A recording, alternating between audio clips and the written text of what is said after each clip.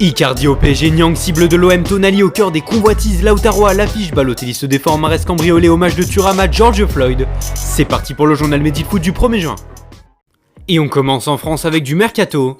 Hier à midi, le Paris Saint-Germain a officialisé l'achat définitif de Mauro Icardi à hauteur de 50 millions d'euros, puis 8 de bonus. Prêté depuis la fin août dans la capitale, l'ex-attaquant de l'Inter de Milan a donc été finalement cédé moins cher que prévu, lui dont l'option d'achat a été fixée à 70 millions d'euros. L'Argentin en a profité pour signer jusqu'en 2024 et encore plus pousser Edinson Cavani vers la sortie.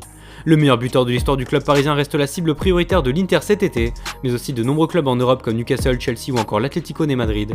De son côté, Icardi devrait voir passer son salaire à 12 millions d'euros à l'année et réclamerait le numéro 9 du Matador.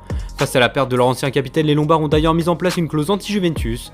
Celle-ci consiste à encaisser 15 millions d'euros en cas de cession à un autre club italien et surtout la Juventus. Dans le sens des arrivées, Leonardo, directeur sportif du PSG, cherche toujours à renforcer son effectif. Et alors que le Brésilien visait 2 joueurs de la Roma la semaine dernière, voici désormais 2 joueurs de la Lazio, Sergej Milinković-Savić et Adam Maruzic. Les intéressés déjà courtisés par Paris depuis un moment seraient des options plus que sérieuses pour booster le milieu de terrain et un couloir droit de la défense sans aucun doute bientôt déserté par Thomas Meunier. Une opération totale estimée à 80 millions d'euros pour faire venir les deux hommes. Passons désormais à l'OM avec le dossier Mbaye Niang à la une de l'équipe ce matin. L'attaquant du Stade Rennais est l'une des rares priorités d'un club phocéen particulièrement gêné par ses problèmes économiques.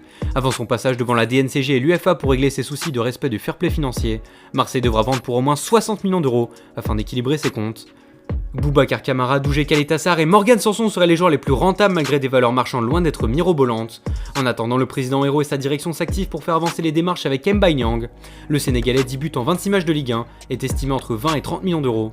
Une somme difficile à appréhender donc pour l'OM, alors que Nicolas Olvec, nouveau président rennais, a affirmé au micro de RTL qu'aucun club n'avait pris contact avec lui pour Niang. L'ancien millénaire reste pourtant très proche de la ville de Marseille, lieu de son confinement avec sa femme et sa belle famille.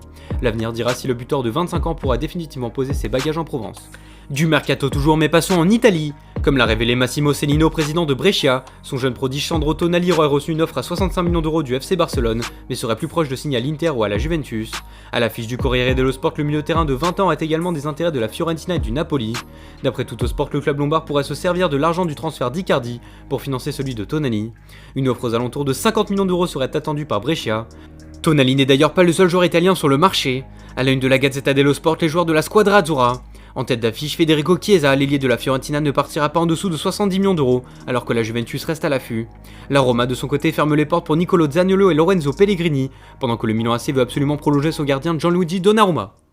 Direction l'Espagne et le Barça avec l'inévitable opération Lautaro Martinez. À l'affiche du Mundo Deportivo, l'attaquant de l'Inter, cible ultime des Catalans pour cet été, est loué pour ses qualités physiques. D'après le média barcelonais, l'Argentin court 9,60 km par match et fait partie des top joueurs en ce qui concerne les fautes provoquées, les ballons récupérés, donc les distances parcourues. Lautaro serait d'ailleurs selon EMD le buteur ressemblant le plus à Luis Suarez, de quoi donner encore plus envie au président Bartomeu de finaliser l'affaire. Mais il faudra encore batailler. La semaine dernière, Piero Ausilo, directeur sportif milanais, avait déclaré qu'il fallait impérativement dégainer 111 millions d'euros, la clause libératoire de l'Argentin, pour pouvoir le recruter. Barcelone pourra attendre la fin juillet que la clause prenne fin pour agir, ou alors tenter de monter un échange comme annoncé avec insistance depuis un mois. Et puis un mot sur Nelson Semedo. Le latéral portugais devrait sans aucun doute quitter le Barça cet été. Selon Sport, 40 millions d'euros seraient suffisants pour le laisser partir. Manchester City sera d'ailleurs déjà à l'affût pour sortir le chéquier. Les Catalans ont refusé que Joao Cancelo soit mis dans la balance et souhaitent un transfert cash. Dans l'actualité également, Mario Balotelli. L'attaquant italien va quitter Brescia au prochain mercato, au bout d'une nouvelle année de galère. Accusé d'avoir séché les entraînements et souvent remis en cause dans les médias par son président Massimo Cellino, l'ancien Marseillais s'est défendu hier en postant une story sur Instagram. Balotelli se justifie en précisant que des journalistes sont présents lors des séances et peuvent le prouver avec des images. Le finaliste de l'Euro 2012 s'amuse de ses détracteurs et se décrit comme un fantôme invisible au téléobjectif. Moins de légèreté en revanche pour Riyad Mahrez. D'après le Sun, la star de Manchester City a été cambriolée le 24 avril et a perdu 3 montres de valeur, des bracelets de luxe et 55 000 euros en cash. Absent ce jour-là de son domicile dans le nord de l'Angleterre, l'Algérien a perdu plus de 250 000 euros de bijoux. Enfin, place à l'habituel point sur le week-end de Bundesliga. Alors que la 29e journée se termine ce soir avec un Cologne Leipzig, 8 autres matchs se sont déroulés ces 3 derniers jours. Le Bayer Leverkusen a ouvert le bal en s'imposant 1-0 à Fribourg grâce au phénomène Kai Havertz. De son côté, Francfort a bien rebondi en arrachant le succès 2-1 à Wolfsburg. Carton plein en revanche pour le Bayern, victorieux 5-0 contre Düsseldorf avec un excellent Benjamin Pavard buteur, et Dortmund à Paderborn sur le score de 6-1. Auteur d'un triplé, Jadon Sancho a éliminé la rencontre, tout comme Marcus Thuram l'a fait face à l'Union de Berlin lors du succès 4-1 du Borussia Mönchengladbach. Double réalisateur, le fils du grand Lilian a posé un genou à terre lors de sa célébration pour rendre hommage à George Floyd, un afro-américain tué par un policier lors d'une interpellation. Un nouveau geste contre le racisme est salué par la presse entière. Au classement, le Bayern mène logiquement la danse avec 67 points, 7 unités devant Dortmund, 11 devant Gladbach et Leverkusen, et 12 devant Leipzig qui joue ce soir. Le Red Bull peut remonter sur le podium en cas de victoire à Cologne. Merci à tous de nous avoir suivis, n'hésitez pas à vous abonner, à commenter et à liker la vidéo, et rendez-vous demain pour un nouveau journal Made in Foot.